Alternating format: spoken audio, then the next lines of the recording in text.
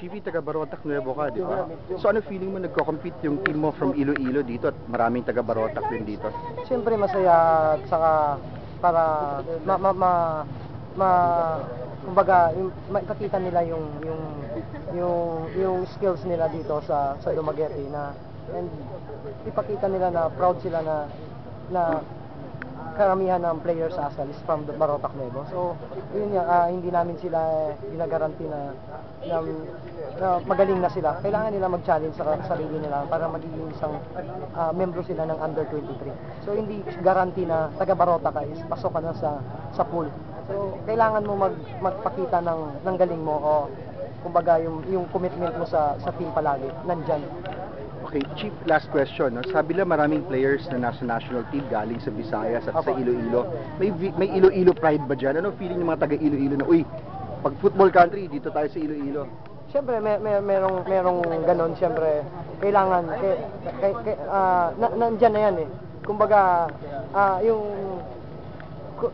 ganyan na yung, matagal na yung ganyang klaseng istorya, di ba? So, para mabigyan din ng pansin yung ibang probinsya like sa Luzon, kahit hindi pa kilala yung football sa Luzon, kaya dinadandahan na like yung Suzuki na to nagpa-tournament ng under 23 para yung national cup na ilagay sa Manila para makikita ng tao na kaya natin na mag-compete international sa football. Alright, thanks Chief. Thanks for being here. Coach Roroy. Yes sir. Coach, kayo taga Dumaguete, no? Yes sir. How do you feel na nandito yung qualifying match ng PFF Suzuki Under 23? How do you feel? Do you feel proud? Do you feel happy? Uy, nandito tayo sa Dumaguete. Kasi nandito, bumalik na yung mga national dito, yung tournament. Saka matagal-tagal na rin na walang mga major tournament sa Dumaguete. So at least makita naman ang mga player dito, mga tao na talagang buhay na naman ang football dito sa Dumaguete. Coach, question lang ha. Put you on the spot, Coach ha. Magka-champion ba Dumaguete dito? Siguro nago sila pero sa tingin ko hindi ko pa rin nakikita yung team. Pero yung may mga feedback ako na talagang nakaproblema din sila sa pagbuo ng team.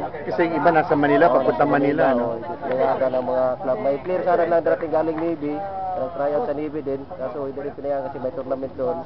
So tingnan na lang natin kasi gagawin na nila yung lahat para ma-qualify din sa para sa national finals. Coach, siya nga pala, no? Kailan magsisimula training ng ASCAL? Yung tentative schedule namin, mga last week of April. First week of May. Sa Manila na ulit. Sa Manila na ulit. Alright, thank you Coach Roroy. Congratulations.